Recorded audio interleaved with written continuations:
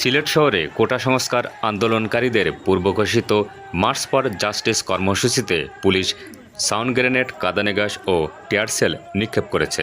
এতে বিক্ষোভকারীরা ছত্রভঙ্গ হয়ে যায়।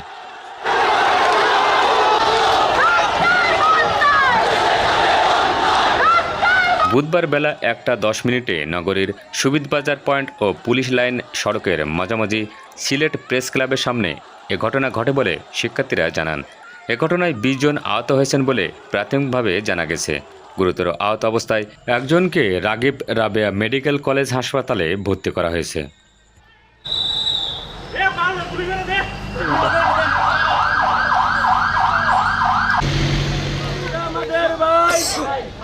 আমাদের সাথে যুদ্ধ ঘোষণা করতে আসবেন না।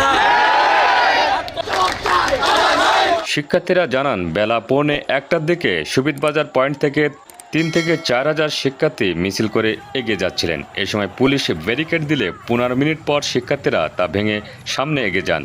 পরে মিছিলটি সিলেট প্রেস ক্লাবের দিকে গেলে পুলিশ পেছন থেকে অতর্কিতভাবে সাউন্ড গ্রেনেড, রাবার বুলেট, কাঁদানে গ্যাস ও টিয়ার সেল ছোড়ে।